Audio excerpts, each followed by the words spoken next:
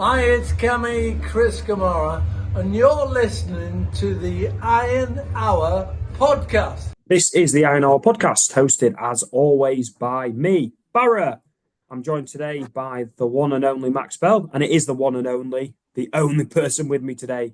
How are you doing, Max? Do you mean as all always? The better for seeing you. No, bollocks. I'm going to go a different tack tonight. Well, I'm going to say, when you say as always, not as always, because sometimes you're off working, and and I have to cover your ass. So it's as mostly. Yeah, most. I'm just checking the streaming figures for those particular episodes. yeah, and I can see they are down. That's probably my family. Yeah, hate watches count the same, big man. Yeah, I'm just saying. You've definitely lost a few from my mum and dad. That's all I can say. And you might recall, anybody who's on my Facebook will have seen a couple of weeks ago, I shared a message where my mum, she left a lovely message saying, we've just watched the podcast. Dad hasn't stopped laughing, blah, blah, blah, blah, blah. I had another one on Saturday morning, which said, from my mum, this is, Dad has just finished watching the podcast. He is laughing so much. I've never seen him so happy. Mate, I tell you, as long as we've got parents watching this podcast will go on. Do you want me to contrast that? Yeah. So when I got the book, got the first cover, gave it to my mother. I know for a fucking fact she has not touched that. never mind read it. Never mind, sometimes you'll flick through to look at the pictures in the centre of a book, won't you? Not even fucking touched it. Pristine. That is harsh for sure. It's harsh but true. Speaking of published authors, before we get stuck into the podcast, I'm gonna give a shout out actually to Rowan Waller. You might remember Rowan was on a podcast earlier on in the season. I think I recorded it when I was out in France. He is an Oxford fan, and he's just published a book called Billy the Goat and the £5 Note. And it's about an entrepreneurial goat. So if anybody's listening to this and thinking what to get their child, cousin, brother, nephew, that is in the age range of 7 to 11, so I'm told. Billy the Goat and the £5 Note, available on Amazon for less than £5, by the way, Max. Less than £5. So not Billy the Goat gets changed for the £5 Note. Can't knock value like that, can you? And a big shout out to Rowan for doing that. That's a quality effort. Yeah, I really like Rowan as well. Actually, I remember when we had him on, he was quite funny, which is what we like on this podcast, isn't it, Max? And when we can't get it, we still try. That's important. Correct. And when we can't get it, we go lowbrow. Yeah, there's always a cock joke. If in doubt, wheel it out. That's what I say, Max. Don't do that in public. That can get you into trouble with the authorities, even in Germany. Even in Germany, especially in Germany, in fact. It's quite authoritarian these days. Oh, okay, right. Let's get stuck into the football then. I mean, there's not been a game, Max. There's not really that much to shout about. But we do have an up-and-coming fixture away against Marine. And as a matter of fact, you will be going. Mm-hmm. So, how are we feeling ahead of this one? I'm looking forward to it. It's a new ground for me. And I think a lot of Iron fans, it's one of the things we've been looking forward to both this season and last is you get to go to a lot of places that you've never been to before. It's in Crosby, right at the north end of Liverpool. Yeah, not off Rod Road. Look, you grew up on like Sheffield Street, that neck of the woods. Burke Street, yeah. Close enough. It was rough, man. It was rough, man. Let me tell you. My brothers live on Dale Street, so just around the corner. But no, I'm very much looking forward to Saturday. I did actually genuinely used to work with a Marine fan. Wow. He's a bit of a two-team, a Marine and Everton. But I think in that part of the world we can forgive it. So yeah, very much looking forward to it. But we need to bounce back, don't we? We need the 3 points. Yeah, we really do. And for the first time so far this season, I will say this. We actually need a performance to boot as well. I've been saying for a while now, do you know what? It doesn't matter how the win comes, as long as we get a win, we can kind of paper over the cracks. But actually, I think the situation has got to a point now where we need consistent and consecutive good performances and good results now, Max. I don't know. I've always been a big believer in a a win's a fucking win. However, as you say, particularly after a couple of really shit performances at home, let's not beat about the bush here. A good performance or two certainly wouldn't go amiss. But look, there is a difference when you put in a really good performance at home and away. I think if you go away, people will cut you more slack for grinding out the result, especially depending on the circumstances, the weather conditions, the referee, whatever it might be. Look, I just want to see a win. And I would say after Saturday, I want to see a same tactical setup. I know we went into it a lot of depth on last week's podcast.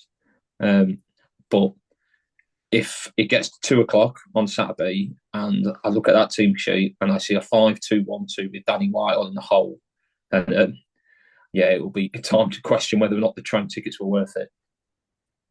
Yes, as Mariah Carey famously said, all I want for Christmas is 4-4-2. Look, I'm not sure all I want for Christmas is 4-3-1-2 with Roberts in the hole.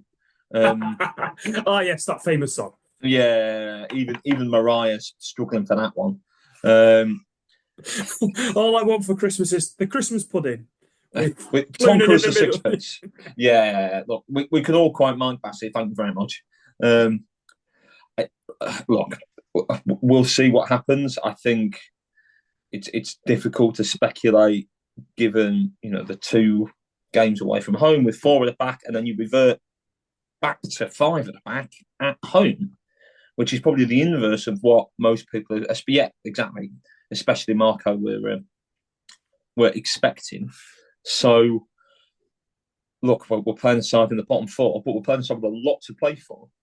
If Marine rolled us over, they would almost certainly get out of the relegation zone, and they'll be thinking, good time to play Scunthorpe. You keep it quiet for the first half an hour. You're getting at half-time 0-0.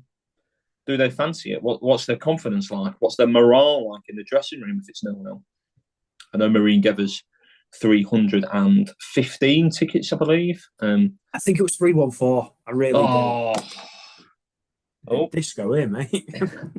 Yeah. Is it 1 blink for yes, 2 blinks for no? my captors are keeping me very well. Nourished. 300 and something. So what's one between friends, Max? Indeed. It might not be a sellout, but it looks like it's going to be close. But I would say there's a difference between 300 away from home and 3,000, 3,500 at home. They could go to Marine and put in a great performance, beat them 3 or 4-0, look like Brazil in 1970. God, it is a disco in there, isn't it? No, it's cool, mate. It's like Chernobyl over here. Oh, God, jeez. All right, that got a bit dark. Well, so did the... Go on again. The song cue there. This is going to sound awfully confusing for anybody listening on Spotify or Apple. My lights are on the blink. But for anybody watching on YouTube, they'll confirm that Barra thinks he's in... For the 4th time. See, I don't even know any rave towns. Barra thinks he's having a disco in 1993. Hacienda, in the Hacienda. Yeah. Okay, all right. I'll take your word for that. What's it called? Spike Island. Yeah. Okay. Yeah, sounds fun. Yeah. But look, we genuinely, if we go to Marine, we play well, we put in a good performance, and then we lose at home, all that good work is going to be undone. It's consistency. Now Barra's run off. He's going to try and fix the lights. Has it done it? Has that worked? Maybe. I just turned it off and on, but it hasn't worked. Clearly. No, it hasn't worked. It's turning itself off and on without your help. In many ways, that's the one problem you don't have at this moment in time. It's the one thing you don't want from a light switch. Inconsistency. We go with it, genuinely, mate. What is going on with that? It does happen from time to time. So, mate, I mean, I hope nobody in your house is epileptic. Well, I hope the insurers don't get hold of this when the house goes up. You've known about this problem for quite some time, Mr. Barraclough. Yeah, your front room is the Kashmir Gardens of Gould. As a quality reference for the 30-year-olds and up of Scunthorpe. Yeah, and the lower end of that scale, I just qualify, and I think that's a sound joke if ever I heard one. What is that nowadays, by the way, that establishment? Is it a bakery? Yes, I believe so. So significantly less electrical problems, which is always good to see. Right, football. We've had a 2-week break. We're actually recording this on Monday evening, so there's a little bit of football still to be played. There's Alfreton versus Marine on Tuesday night, which who knows how that one will unfold. Your instinct will tell you Marine probably won't win away from home at Alfreton, but stranger things have happened. So I guess stranger things are going on in your front room. I guess there's a little bit of a question mark over the form that Marine will be in coming to as we go to Marine on Saturday. But I guess the question I would ask you, Max, is we've had a 2-week reset, or certainly that's what Butler would have hoped for over this fortnight. One question for you is, what do you think has happened in that time? Do you think it's been a Neil Warnock, get them to the beach, get them skinny dipping? Do you think it's been batten down the hatches, getting them on the training pitch? I noticed they were training on Saturday. Can you imagine him taking them out to woods on like a survival trip? What's gone on in these last 2 weeks, do you think? No. And let's just pretend there isn't an electrical issue here. Let's just carry on. I couldn't see Butler taking them all down Ashby Bowl, breaking out custom shoes, and then like 10 quid a man, rinsing them for 200 knicker. Famous Neil Warnock story, of course. I think batten down the hatches, work, maybe do a little bit of post-game video analysis on the Monday, but don't flog the shit out of it. Work on your setup. Do a bit of recovery. There'll be players carrying knocks. If nothing else, I would hope that the 2-week break would be welcome for somebody like Callum Roberts to be much closer. But it's how you use them. It's if you are going to be looking at 4 at the back or 5 at the back, well, then play the system in training. Are you going to do 11 versus 11? Are you going to see how Marine are going to set up? Are you going to try a couple of new set-piece routines? You've got time on the training ground. I hope they've used it wisely. But look, if it turned out that they'd all been skinny dipping down Scarborough Seafront, I would be surprised. So look, there's a lot to be said for team bonding in any organisation. This isn't the 1980s. It doesn't have to be everybody going down to Berkeley and getting wankered anymore. But that's not necessarily always struck me as Butler's style. Would that be fair? What do you think they've done? Is this all leading up that you saw them in the Gould picture house or something? No, but he does strike me as the kind of guy that would take them up Twigmore for like a mad 10K. Like he did at the start of the season where it was no man left behind. We're all in this together. I mean, that's the kind of thing I can see. I think nowadays Twigmore Woods is known for something that's not a 10K. But yeah, definitely, some sort of army camp. Get the. I think they wear him down, Twiggy. I'm sure Butler took the love wagon down. Oh God. I'll have to defer to your greater experience of such matters. That was a wild accusation that I just pulled something in. No, but on a serious note, we do know that pre-season there was this bonding of, let's go out for these runs and we're in it together, no man left behind. So we always revert to type, don't we, when we're under pressure? Isn't that what people do? And I think it's easier to sort of give that mentality in July than it is right. It's December. You're under fucking pressure now, fellas. Jobs are on the line here potentially. Who's really got the mettle? I think, it can be easier to revert to time, but also look, fight or flight. Some people go the other way. I know we went to Leamington. There was a bit of a thought on the terrace before the game of, wonder if he's playing 4 at the back to, go right then, fuck yous, let's see. And then they won. I really don't concede that. I know I might be wrong. I'm not saying it was me, but I think some people did think that after he'd held the line for so long and then changed it.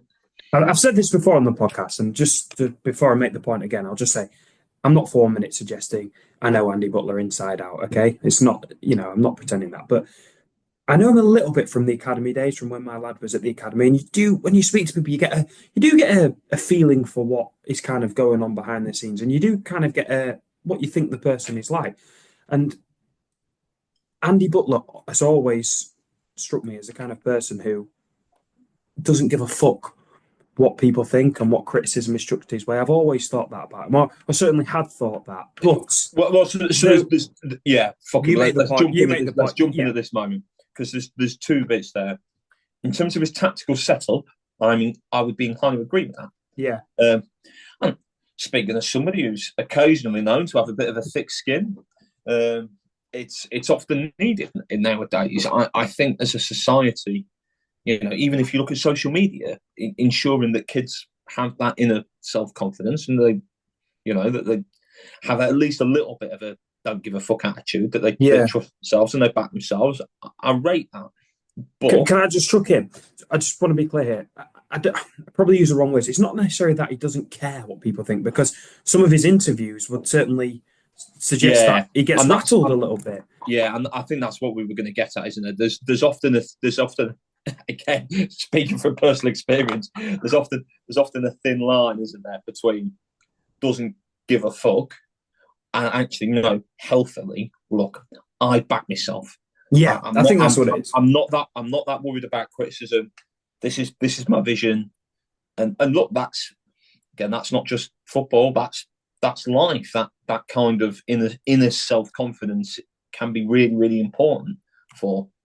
But then when it comes to the criticism, again, I know we talked a little bit on last week's pod in terms of how he's reacted to a little bit of chirp in the executive seats, which I could never exactly call a cauldron of hate, is it? I mean, it's not the old Den in 1976, or pretty routine lines of questioning from journalists, and then how sometimes it looks like the club's reacting in terms of some of the communications it's put out. Yeah, can I make a point? So a couple of weeks ago, go on, Barra, go on. I get him on. Go on, do it. Stick the boot in.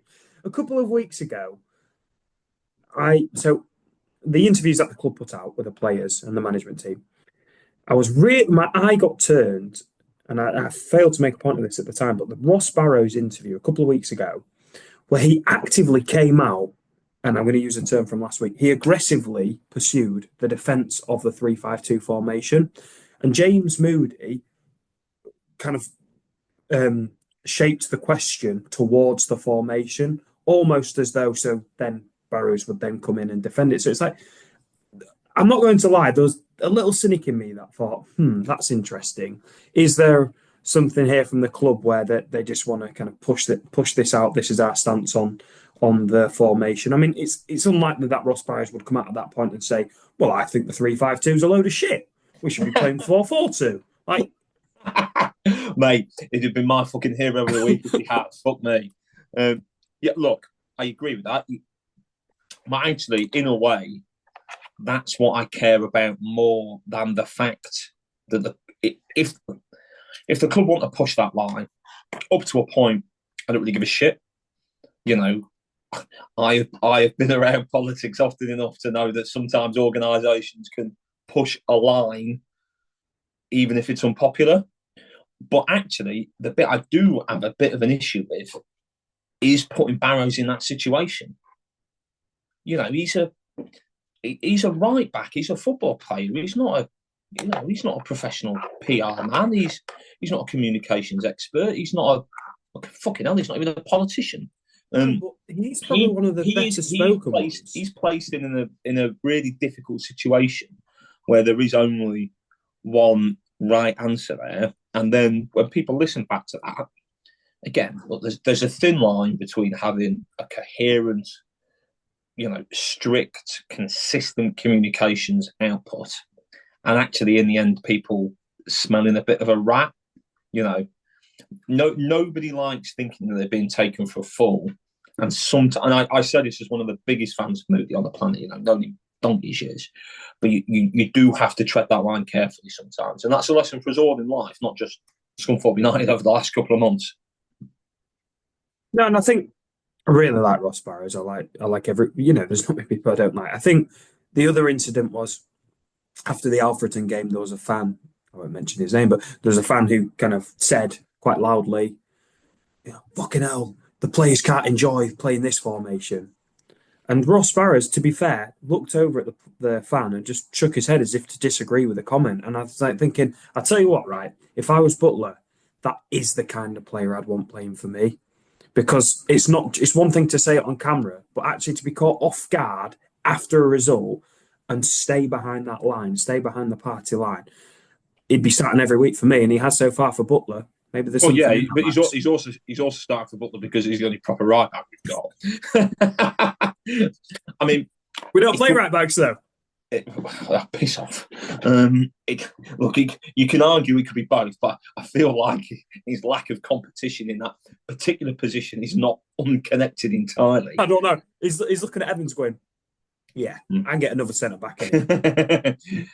Look, it's good enough for Mikel Arteta. It's good enough for us. Tony Pulis walked so we could run. Look, it is what it is.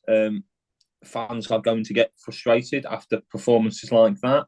On a personal note, I'm less fussed about whether or not the players enjoy it than if the fans enjoy it.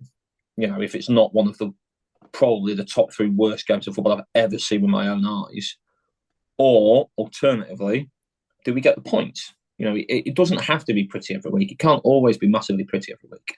But I do think that generally, if you are trying to play aggressive, assertive, front foot football, and it doesn't quite click at certain points, most reasonable supporters will cut you more slack than if you are setting up in a way where, in my personal view, pretty turgid football is a very high risk. And I think that was the case against Alfreton particularly. And then if you don't get results off the back of that, if you don't get performances, if you don't get solid defending, then people will cut you less slack. I think that's a fact of life. I'm just looking at the congested fixture list that we have coming up. We play on Saturday against Marine, following Saturday against Hereford, and then obviously because of Christmas, you've got that congestion that comes. Now, I would put it to you, it's been said on previous podcasts, it's been said online that, if we had a couple of bad results, Butler could have as few as 2 games left. Now, just looking at the time frame for these games, it's hard to imagine you would make any kind of decision in between the 21st of December and the 26th, right? Which would point to having at least 4 games, because equally you're then not going to make a similar decision between Boxing Day and New Year's Eve, right? So football is not always got 4 games, not 2. Football is not always a rational industry. Rightly or wrongly, if they go and lose at Marine, and they will then be under, they're under pressure now. But if they lost at Marine, I think at the home game against Hereford, which is not an easy fixture on paper, let alone on grass. But if they don't win on Saturday for the home game on the 23rd, they'll be under massive, massive pressure. And, the timing is a factor per se, but I'm not sure that it can override other factors. Timing can make a decision easier or it can make a decision more difficult, but timing can't make a decision right or wrong. And actually, they've had a couple of instances now where they've had 2 weeks without league games. Theoretically, you would think that if you were going to sack a manager, that's the time to do it, because you've got the new incumbent with the biggest possible lead in time, the most time on the training ground, your most amount of time possible to find a replacement without it interrupting league schedules, potentially not having to have an interim appointment if you act quickly. But if you decide it's not the right time, then the fact that you had 2 weeks isn't that important. If they lost the last 2, if they lose the next 2, which I don't think they will, I genuinely do think we'll go to Marine and win on Saturday. But if the worst were to come to the worst, I don't think we'll be talking about turnaround time. I guess it comes back to the point I made to Ben Maidman last week when we had the 20-game review, which was the 2-week break, is that the board saying to Andy, we're going to give you everything. We're going to give you this 2 weeks. We're going to give you every opportunity to make this work. Whatever you want, the players, Beck, whoever it is, whatever you want, we'll give it to you. We really want this to work for you. We can have the extra 2 weeks. Yeah, I think so. And I think that's consistent with the approach that was adopted in the summer when they went, right, Butler's a man. We're appointing him like this. We're going to recruit players like this. You have to interpret the departure of Turnbull as a bit of a wobble on that front. I don't think you can't, given the lack of information provided for, and I'm not necessarily saying that we're going to get or should get more information like that. You're a professional organisation and you've terminated an employee's contract. There are proper procedures you have to go through as part of that. It's difficult. I mean, we are where we are. We are having a proper wobble, and we've had a consistent one over the last 10 games. And if we fall out of the playoffs, then that will send social media into panic. Now, whether or not you should listen to that is a very, very long-term question that a lot of football clubs have to go through. But if I was in their position, I would be wanting to see two things from the management unit as a whole. That's not just Butler, that's Schofield as well. That's people helping him on the training ground. For me, they need to show two things. Firstly, an awareness that the status quo is not good enough. And over the last 10 games, I don't think it has been.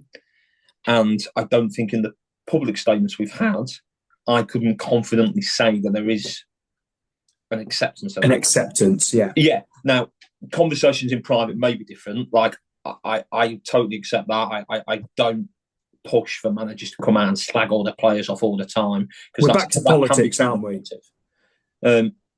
Sorry, say that again. Sorry, I said we're back to politics, aren't we? What's the party line and what are the real conversations that are happening behind the scenes? Yeah, but then also, again, let's compare it to politics, but you also can't flog a dead horse. You can only shine shit so many times and call it gold. The public will, respect. The electorate are going to turn, which they are doing by not turning up. People will respect honesty up to a point, but then, if they feel like they're taking the piss out of them or you're ignoring them, or you really do believe it, then that's a really difficult pill for people to swallow. So one, there's got to be an acceptance that the status quo isn't good enough. And then off the back of that, two, there has to be a plan to improve that. You can't just say, we go back, we work harder, we do the same thing again. Plan B is to reinforce plan A. That's for me, that's not good enough. There has to be a proper, ironically, a 20-game review. There has to be a proper analysis of, right, what have we learned over this point? And that's good and bad. Right, when we succeeded, what was it? When other people succeeded against us, how did they do that? And when we fucked up, why did that happen? What made that more likely? How can we fix that going forward? There's got to be a proper review. You can't just sit on your laurels and assume that the early good performances will come back by default, because that's not how football works at any level. Can I chuck one in here, right? No, bugger off. Listen, I know you love one. Me chucking your way, Max. You're gagging for it. So I'll chuck you this one. Callum Roberts he's been instrumental to the way we've played. Is he a Butler player? If we didn't have a Roberts and he was available on the market, would Butler sign a player like that? So it's a very good question. What I would say is that good managers sign good players even if they don't fit in their system. Like I'll give the example of Sam Allardyce's bowling. Was JJ Okocha a Sam Allardyce player? Was Stadius Janik? Not at all. Was Ivan Campo? Was Fernando Hierro? So we would say theoretically no, but he was playing every game for years and years for these managers. Like they got the best out of them. Was Adel Taarabt a Neil Warnock player? No, of course he wasn't. So I think particularly with creative players, Butler has got Roberts who goes, right, I really like him as a number 10. He's instrumental for us. And whilst I don't think Butler would ever play I couldn't see him setting up with 6 or 7, Cal Roberts, and particularly at this level, when you've got a player on your hand who you know shouldn't be playing at this level, but is, then you fucking roll with it, and you just hope that the quality can help you overcome a certain weakness or two you might have. What worries me is that then when it's Roberts is injured, his replacement idea for that kind of player is somebody who is so far removed from being a Callum Roberts type of player. It's ridiculous. Danny Whitehead has got many fine attributes. He's not a 5'7" number 10. No. And I guess it comes back to what we'd said before about Luke Williams. There is no world in which he plays 15, 20 games or starts 15, 20 games between now and the end of the season, is there? Well, not the on man, mate. When is he going to? There's two bits out of there. Firstly, you can say, right, if somebody's not capable of starting 15 games, why have you signed him? That's problem number one. Problem number two is, well, look, he might not need to play 15, start 15 to 20 games. The point was if Roberts went, right? So Roberts goes tomorrow, yeah. Yeah, and if Roberts goes tomorrow, you could potentially go out and look to sign somebody else as well. You could change system. You could play with wingers. But the question is, right, when you need somebody in that position, when you might need him to start 5, 8, 10 games for you, do you turn to him? And I feel like the fact that they didn't, without, in my view, a viable alternative, that worries me. And I know it's a non-contract, and I know that financially it's probably not a massively risky deal for the club, but it's the same with any organisation. That there has to come a point of, well, if you appoint that person, if you sign that person, if you hire that person, you either trust them or you don't. And if you don't trust them, then why the fuck did you recruit them in the first place? Yeah. I guess the club would always say, look, it's non-contract terms, but that doesn't necessarily favour us, because what happens if he goes and plays 6, 7 games, plays phenomenally well, and then a National League club sniffing around and we've got no compensation? So I guess it is the catch-22, but I don't really know. Yeah, it is, but that's it's the risk, decision. Isn't it? It's the risk, yeah. Yeah, that's the decision they made, and I'm not saying it's a decision without merit, but particularly at home, it's one thing if you've been injured. It's one thing if he's not in the squad. Or it's one thing if you've got another viable alternative. It's one thing if he's got the shits again. Yeah, exactly. Look, we've all been there. Look, it's so you could have. Was he injured? No. Were we playing a different system? No. Did we have a viable alternative? No. Then what the bloody hell were we doing? It's concerning, isn't it? If the answer to any one of those questions is yes, totally fair play, get it, not an issue. If you're going to start in any game, it has to be that one under that set of circumstances. And I feel like they didn't, A, show me a number of worrying signs, but also, B, worsen their performance. I struggle to see... Played in Iceland, man. And in the second division. I struggle to see how we could have played worse with Williams in that number 10 role and Whitehall further forward. I cannot envision a worse performance had they done that. I know he's obviously he has got a bad injury record. There's no getting away from it, but he can't be totally made of matchsticks, can he? He played a number of games in Finland. That's what I'm saying. Ice baths are good for you. Sorry, it's a full joke. No, but he can't be that. He cannot be made of matchsticks. No, right? Otherwise, again, it begs the question: why the fuck are you signing him? So, look, there's new, and that for me, in a way, was more worrying than actually the performance itself. You can have games where you have genuine stinkers. I think at Darlington away last season, genuine stinkers. But to me, if you almost without good cause set up in a way that tactically makes you having a shitter significantly more likely, and then there's just no real acceptance or acknowledgement of that, or just, you're in denial about it, that to me is a question of judgment. A shit performance could just be application. It could just be, look, we play 50 games in a season. Law of averages say we have 2 or 3 crappers. That's just the way the world works. But if you're making the decisions proactively that lead to that, and you're inclined to repeat those mistakes, that's when I get worried. Before we move on, I should probably point out we're a couple. It's late for me to say this, but we're a couple light today. We will be back to a full complement hopefully next week, back end of next week, whenever we do, because we'll have lots of podcasts coming out because of the fixture list. And a big shout out to Matt. Proliferate content. That's what we're going to do. We're going to proliferate content. He can't speak. We're going to proliferate content all over your stream. That's what we're going to do, Max. But anyway, before we get on to the next segment, on Spotify and beyond. Yeah, and beyond. We're on YouTube as well, you know. We're a big deal, apparently. So I'm not so sure about that, but I would accept that we are on YouTube. let's not take the piss. Sorry. Right. Before we move on to our usual hero idiot moment of the week, I have two questions for you. Question number one, and be as quick as you can for me, Max. Question number one: what formation will Andy Butler play on Saturday against Marine? Question number two: what result will the game on Saturday be? 3-2, 1-0 Scunthorpe win. Okay. Chucking in a third. Is that acceptable? Just about, yes.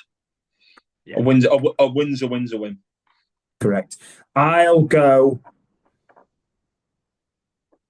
4-4-2 and 3-1 victory. 4-4-2. What we like proper wingers. Yeah, Brexit, mate. Brexit means Brexit. Are we playing Roberts out wide? Is Roberts injured? What's the crack with that? You'll have Barrows. Oh, you're going to like this, mate. You'll love this one. You'll have Barrows as your right back. Yeah. You'll have Boyce as your right centre back. You'll have Nicholson as your left centre back. You'll have Kelly as your left back. You're liking this already. I can see it in your face. You are loving this. Your wingers will be Roberts and Brogan. Unsure on which side they'll feature on, because I do the thing I do like about Roberts is when he cuts in and uses the wrong foot. So they'll be my wingers.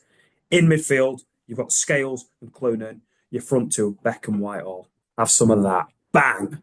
I reckon there's at least 5 names wrong in that. So do I. Sorry, I got carried away there. It'd be a laugh if we do. That's all I'll say. It'll be a proper fucking ride or die game. Jesus. I hope you're right. If it's a 3-1 win, I don't care. Right. Hero, idiot, and moment of the week. Who's your hero of the week, Max? Right, I'm gonna make sure I get his name right. Better than my proliferation. You said it right there. I know. That's the thing. Annoying, isn't it? I fucked up, man. I'm hoping everybody's seen this. My hero of the week is a young Everton fan called Mackenzie Kinsella. I haven't heard this, so you'll have to educate presumably me. You've been living in a cave for last week. Absolutely all that. Good electrics in this cave. Sorry, I've got He's a young Australian Everton fan who'd flown in for what was meant to be the Everton-Liverpool game on Saturday, lunchtime kickoff, postponed due to Storm Dara, massive 80-mile-an-hour gale force winds. So obviously it was due to be the last ever Merseyside derby at Goodison Park. Game got called off. Now, personally, I've made it to Spennymoor. I've made it as far as Peterborough. I know a few Scunthorpe fans went to Macclesfield and they got called off right at kick-off. Australia to Liverpool, that's a rough fucking deal. And the last sort of 10 years supporting Everton's been a bit rough by Premier League standards. So no glory hunting there. A great effort from Mackenzie, and I was really pleased to see that Everton invited him to the training ground, and we've done a couple of bits and sort of hopefully still made his trip worthwhile. So, I think I went away to Aldershot on Boxing Day and it was postponed. Does that sound right? Aldershot on Boxing Day. That's a really long trip on Boxing Day. Am I wrong? I don't remember that, but I could be wrong. Listen, listeners, viewers, please tell me if I'm wrong. What was the fixture? It was a Boxing Day fixture. It wasn't Sheffield United. It was a Boxing Day fixture. I remember it's getting done at early noughties to mid noughties. Okay. So maybe could have been 03, 04, 05. Anyone can hit us up. Please tell me what the fixture was. I'm sure. Is it going to be somebody else beginning with A? No, they what? I'm sure they wore blue. I can't think what it was. I'm pretty sure Aldershot playing red. Yeah, maybe it wasn't them. Aldershot. Oh, anyway, look, listeners, get in touch with me. Tell me I'm wrong. Educate me. Tell me what it is. You'll probably say, Barra, I think you're thinking of the Good Friday game. Okay, that's a good hero, and by virtue of you being the only one, you get the points, Max. So you're on for consecutive victories here, mate. Oh, gorgeous! What was it? Homer Simpson said, "The sweetest two words in the English language: default, default, default." Listen, if we went up because somebody got deducted 5 points, we wouldn't give a toss, would we? Yeah, God no. Like you say, win's a win, mate.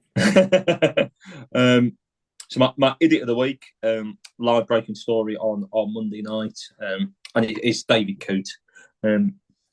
Unless some sort of grand appeal or rehabilitation in a number of years is successful, looks like he's refereed his last ever professional football match. I would be amazed if that changes. Everyone would have seen the story when it came out the first time, and look, so much has gone wrong there. Don't get me wrong. I don't like the fact that it's been filmed. I don't like the fact that somebody's flogged it to the media for a few quid. But David's got to regret that too. It's just what did he expect? I'm sorry, but what did he expect? It's one of those stories where everyone comes out of it badly. PGMOL come out of it badly. The Premier League come out of it badly. David Coote comes out of it badly. These clowns, he was in some house party, come out of it badly. Just idiots galore. I feel a bit uncomfortable with those sometimes because anyone will know, looking teetotal, hardly likely to make such a similar mistake ourselves. But I do have a level of sympathy, man. I have a serious level of sympathy when friends or acquaintances are chucking you under the bus. And that isn't to say, as you say, he hasn't got himself to blame ultimately, but I don't get it, man. Why would you do that to someone that's supposedly your friend? I honestly don't understand what the personal gratification is. And again, like you say, he's only got himself to blame because he's put himself in that position and he's broken the law.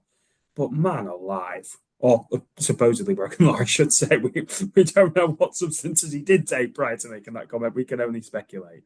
But yeah, I have a level of uncomfort when I hear those stories, man. I'm like, yeah, I don't get it. If Marco chucked me under a bus like that, I'd be devastated. What would have to be the podcast equivalent? Like you're there in some sort of there in somebody's kitchen at 6 o'clock in the morning. Some friend of Garrett's videotaping you. Oh, it'd be Garrett. It'd be Garrett funny. It'd be Garrett plugging it. Live streaming on YouTube. You're off your tits on Spetsy. Yeah.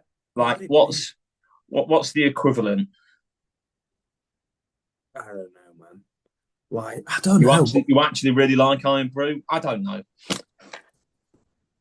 The drink. I quite like the drink. I've been up to Scotland a few times. Candy floss, isn't it? I was once genuinely made to try in a room full of Scots. And then you have to sort of awkwardly go, yeah, it's great. I really like this, actually. Yeah, I love it. Yeah. Can I have the bottle? Taste this. Yeah. Can I have another one? Darling question. Yeah, I don't know what it would be, but yeah, I don't get it, man. Right, your moment of the week is. I mean, nobody can be shocked by this. Anybody who's seen social media, not even necessarily regular views of the podcast. I had somebody who works at the council earlier today go, "How the fuck did you get that Chris Kamara shout out?" That's my moment of the week. For Iron fans of the right age, I can't believe it. They're winning 1-0. When Paul Hayes was the only man across a period of about 4 months to score for a visiting team at Stamford Bridge. Yeah, look, Chris Kamara is such a total football legend. And actually, back in the day, an underrated manager got Bradford City promoted in the playoffs. And gave what certainly the players at the time said was for the second leg of the playoff semi-final, gave the best pre-match team talk that any of them had ever seen across their entire careers. He's clearly got a heart of gold. All the stuff he's been doing since he's been struggling with his speech has been absolutely amazing. Supporting the phenomenal Sunflowers Children Action Group, who are a brilliant charity working with really ill kids out of Grimsby. They deal with kids from all over, supporting their events. I've got so much time for Chris Kamara, and it's not just because of the moustache. And when you was asked, how did you get that? Did you say 2 words? Producer Pete. It wouldn't have made a lot of sense to the bloke I was talking to at the council. I basically just said, nothing to do with me, Gov. Yeah, it's a friend of a friend of a friend of a friend of a friend, basically. Producer Pete has got more tentacles in more celebrity pies. Absolutely amazing. He's a great lad. He's, obviously was involved in the club's sort of kit and promotional videos earlier on in the season. Again, just somebody else who's such a good person who really cares about the town and the community and the football club and its people. He's got a black book bigger than Lee Turnbull's. I hope so. Look, and it certainly made me smile. I hope it made all the listeners and all the viewers smile at the start of this video. Cammy's a proper football legend. Any time I watch, there's been a red card, Chris Kamara, it's still funny. Doesn't matter how many times I watch it. He just goes, Mr. Jeff, who for? Well, I think he's been sent up. I thought they were bringing a sub on. It's still funny. It's still funny. What a man. The fact that the words Iron Air podcast have ever left his mouth just baffles me. Incredible. Right, before we wrap up with our usual spy in the camp, quick one, because you and I both like cricket, and I know we've got a listener from down under, so I'll chuck this one out there.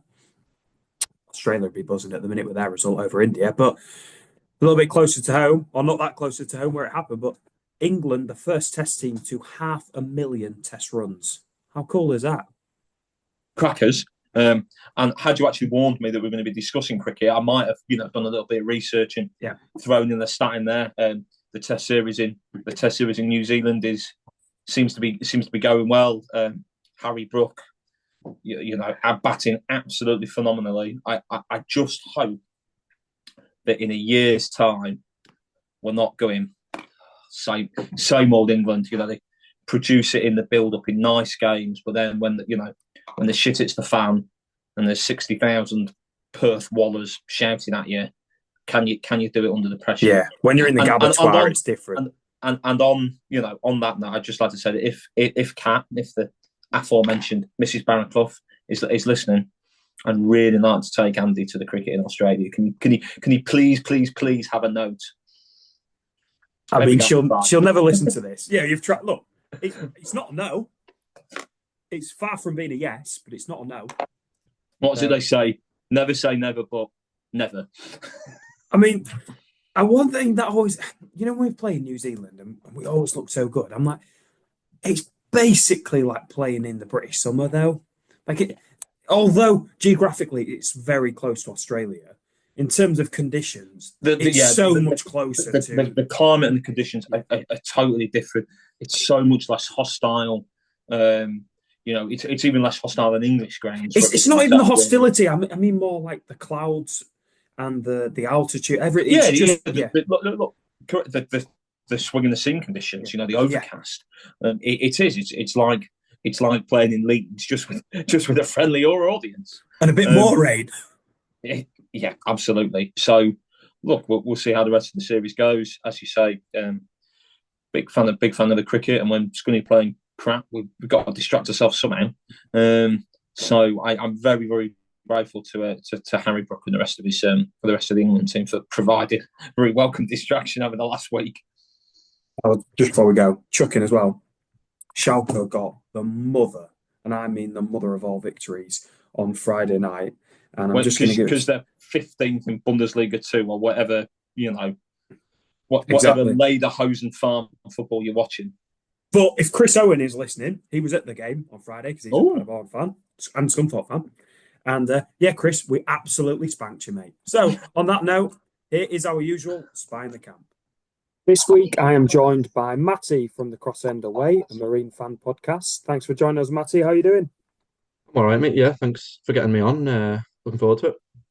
Yeah, it'd be a good one. Let's get straight into it then. So, how's it been for Marine so far this season? It's been tough. I think anyone who's looked at the league table will be able to see that.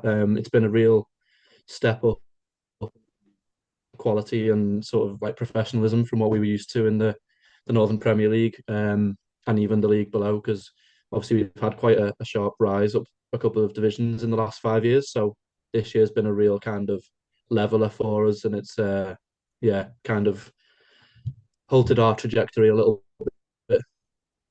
Geographically, is it easy or difficult for Marine to kind of attract players? I think it's the local area produces some really good players. Merseyside is a big hub for local football, and there's a lot of really talented lads who are now making steps up into the football league. A lot of lads are losing players to the football league. We lost obviously Sol Solomon last year, who was probably our best player to the football league. Tranmere coming for him, and the likes of Elliot Nevitt for Crewe.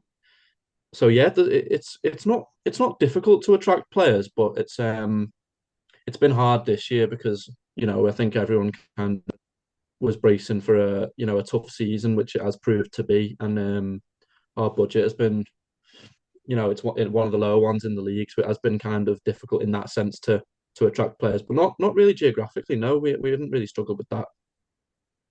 It's a step up, obviously. Step two.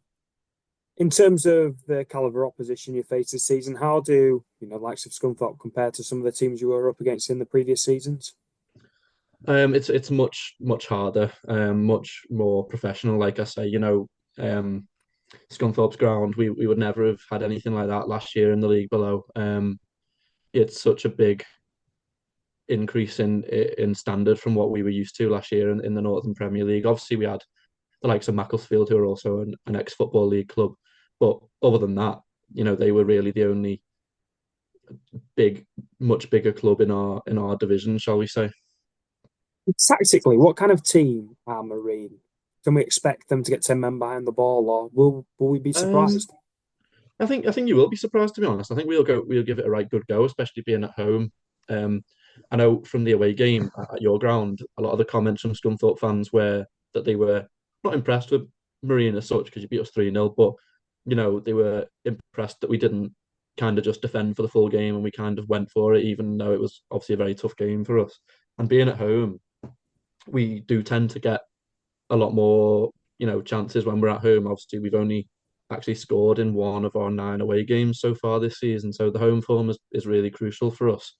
And I think, yeah, we do usually give it a good go at home in the home games, and we should, yeah, I think it'll be a good game. I don't think we'll put 10 men behind the ball, but we also will respect how good Scunthorpe's attacking players, and yeah, it should be a good game though, hopefully.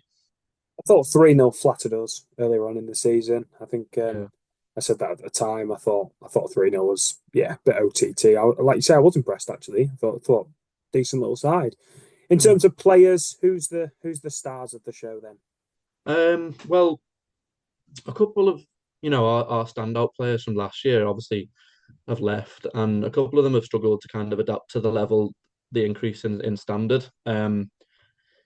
For me, the best couple of players, Finley Sinclair-Smith, the winger, he's very good. And also a couple of our midfielders have adapted quite well. Harvey Gregson in midfield, he's a good player, and Lee Whelan as well. Yeah, I can't say too much about our forward play, to be honest with you. We haven't got like a proper number 9 as such, as as you've seen.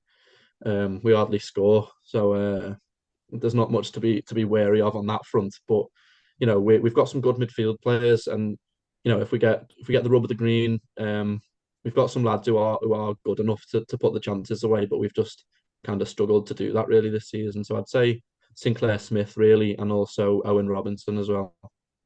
And what are your hopes, aspirations for this season? Well, we're out of both the cup competitions. We obviously lost to Stockton in the first round of the FA Cup, and lost to Chorley away, which is obviously a tough game.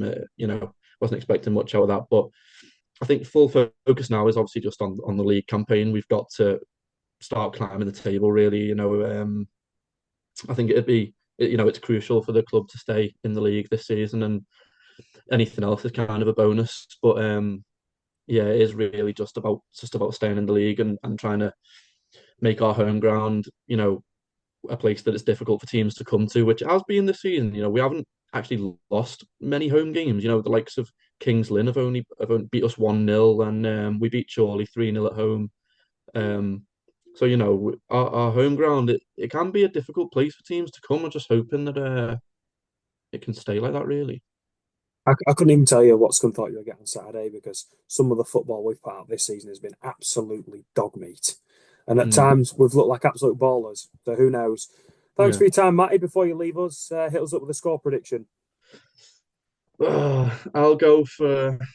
I think it'll be either 1-1 or 2-1 Scunthorpe. That'll do us. That'll do us. We'll take it. Thanks very much. No worries, mate. Thank you.